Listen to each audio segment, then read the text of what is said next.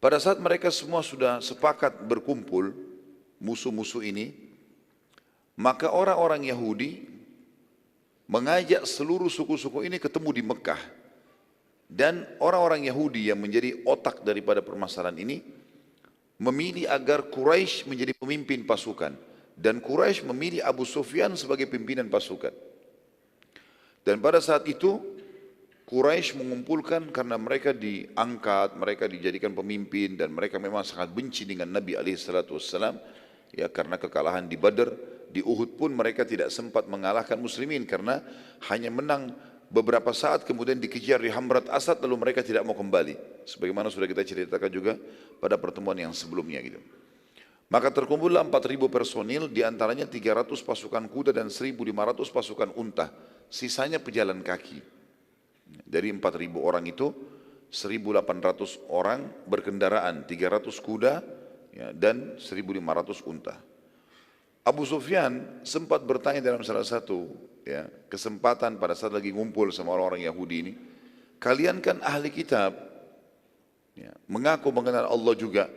Kami mau tanya, siapa kira-kira yang benar agamanya? Agama kami atau agamanya Muhammad? Kita lihat bagaimana permusuhannya orang-orang Yahudi, teman-teman sekalian. Jawaban Yahudi yang aneh pada saat itu mengatakan, jelas saja agama kalian yang benar dan agama Muhammad yang salah. Padahal mereka tahu Islam itu benar. Yang penting misi mereka terpenuhi, semuanya diiyakan.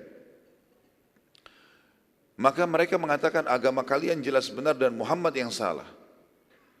Dari sisi lain teman-teman sekalian, ada satu hal yang kita juga harus pelajari dari baginda Nabi SAW adalah Nabi tidak lalai dan Nabi sangat jeli alaihissalam. Beliau tidak pernah membiarkan begitu saja musuh tanpa mempelajari ada apa nih. Ya, beliau tidak lalai, selalu jeli dalam masalah ini. Nabi SAW mengirim mata-matanya, mengintai di sekitar Madinah, mendekati Mekah, mendekati beberapa wilayah, dan terkumpul informasi. Berhasil mata-mata Nabi SAW dengan hikmah Allah mengumpulkan informasi ini, padahal mereka berusaha untuk merahasiakannya. Dan sampai pasukan Nabi SAW atau mata-mata Nabi mengetahui jumlah mereka 10.000 orang. Dan mereka akan bergerak beberapa hari lagi untuk menyerang Madinah. Nabi SAW pada saat itu bermusyawarah dengan para sahabat. Apa kira-kira solusinya? Sekarang pasukan sebesar ini, 10.000 orang, itu akan menyerang Madinah. Ada di antara sahabat mengatakan, ya Rasulullah, kita keluar saja, serang Mekah, gitu kan? Sebelum mereka datang. Ada juga yang mengatakan, ya Rasulullah, kalau kita keluar, jumlah kita sekarang, pasukan yang bisa kita kumpulkan sekarang, paling 1.000. 1.000 dengan 10.000 terlalu besar. Kita butuh benteng yang lebih kuat. Artinya ini bermusyawarah tentunya, bukan tidak yakin dengan janji Allah. Maka mengerucut pada saat itu jumlah sahabat yang berharap agar tidak keluar dari Madinah, bertahan di benteng Madinah, lebih banyak daripada yang mengajak keluar. Maka berkatalah satu orang sahabat yang mulia, Salman Al-Farisi. Salman radhiyallahu anhu diberikan julukan dengan Al-Farisi karena dari negeri Persia.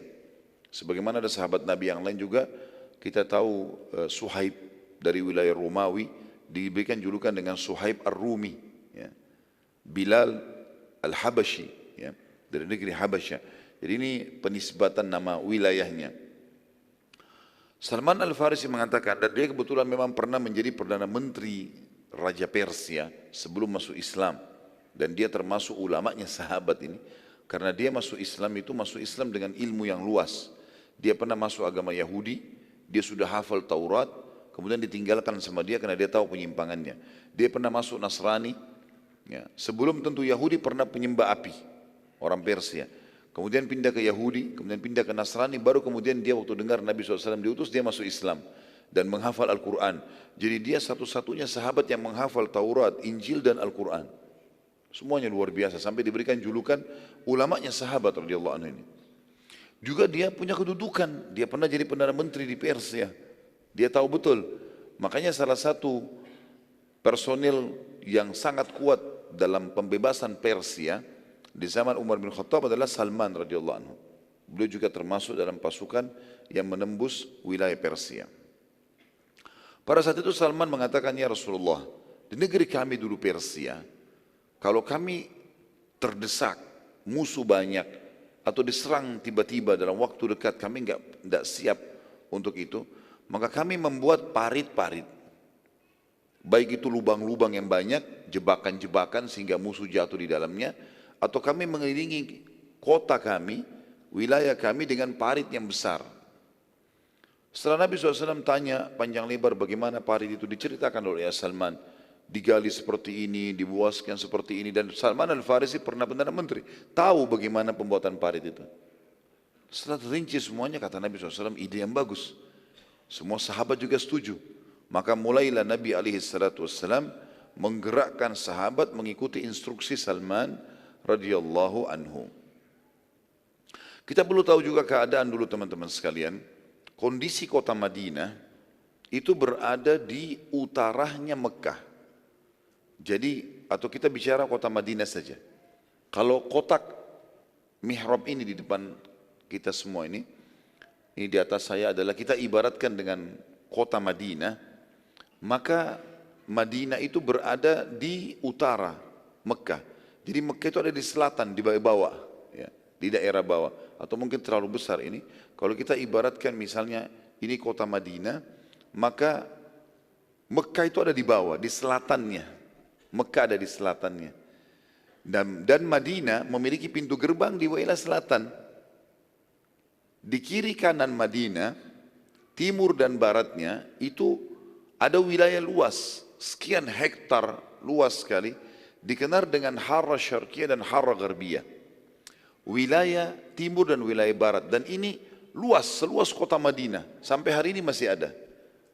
Kalau teman-teman lagi umrah atau apa bisa mengatakan Harra, saya mau lihat Harra Syarqiyah, Harra Gharbiyah, wilayah barat dan wilayah timur. Itu dipenuhi teman-teman sekalian dengan batu-batu hitam dan tajam. Sekian hektar. Jadi Madinah itu nggak bisa diserang dari timur dan baratnya, mustahil, susah. Dengan hikmah Allah, Allah membuat kota itu seperti itu. Kemudian di utara Madinah, kan Mekah tadi di selatannya, di utara Madinah ini penuh dengan pohon kurma. Jadi kalau orang Mekah mau menyerang cuma satu pintu, cuma dari selatan ini. Mereka kalau mutar ke timur atau ke barat nggak bisa masuk. Jadi batu hitam tajam-tajam, kita lihat bisa saksikan sampai hari ini dengan mata kepala kita. Tajam-tajam dan orang pun kalau jalan cepat letih, apalagi kalau tunggangan, apalagi kalau pasukan perang, nggak bakal mungkin. Kalau mereka mau ke utara Madinah, mereka harus mutar lewatin kebun-kebun kurma, jauh sekali. Mutar jauh sekali, butuh waktu berbulan-bulan ini untuk melakukannya. Maka nggak ada pintu lain kecuali dari selatan. Orang-orang Quraisy lalai, mereka pikir muslimin tidak tahu masalah ini, masalah penyerangan ini. Mereka pikir mereka bisa bergerak dan tidak diketahui. Maka Nabi SAW menyuruh membuat parit di selatannya Madinah. Dikelilingi wilayah Madinah saja. Wilayah Harra Syarqiyah, Harra Gharbiyah tidak perlu lagi ada parit. Belakang juga nggak perlu ada parit. Dan Nabi SAW mengatur itu. Parit ini teman-teman sekalian, khilaf di antara sejarah tentang masalah dalamnya.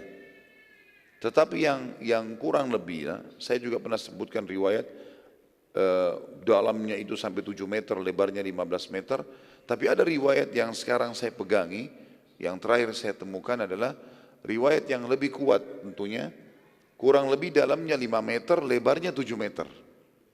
Dalamnya 5 meter, dan 5 meter ini sudah kurang lebih seperti masjid kita ini. Dalamnya. Jadi orang kalau sudah jatuh ke dalam gak bakal bisa keluar. Parit itu kecuali menggunakan alat atau wadah untuk bisa naik. 5 meter kurang lebih seperti tembok masjid kita ini. Lebarnya 7 meter, berarti lebih luas lagi. Mungkin dari tempat saya duduk melewati tiang ini sampai ke sana 7 meter. Dan ini sudah cukup teman-teman sekalian untuk tidak bisa dilewati oleh kuda. Kalau unta jelas tidak mungkin bisa. Tapi kalau kuda biasanya digunakan untuk loncat, dan kuda biasanya kalaupun dia loncat yang sangat kuat 4 meter ya, 3 meter, 4 meter, ya 5 meter itu sudah luar biasa. Makanya sudah ukuran kuda 7 meter mereka sudah tidak bisa loncati. Walaupun nanti kita akan lihat di perang ini ada beberapa orang Quraisy yang punya keterampilan luar biasa berhasil meloncati parit tersebut. Ya. Ada 5 orang nanti yang berhasil loncat dan mengajak muslimin untuk duel.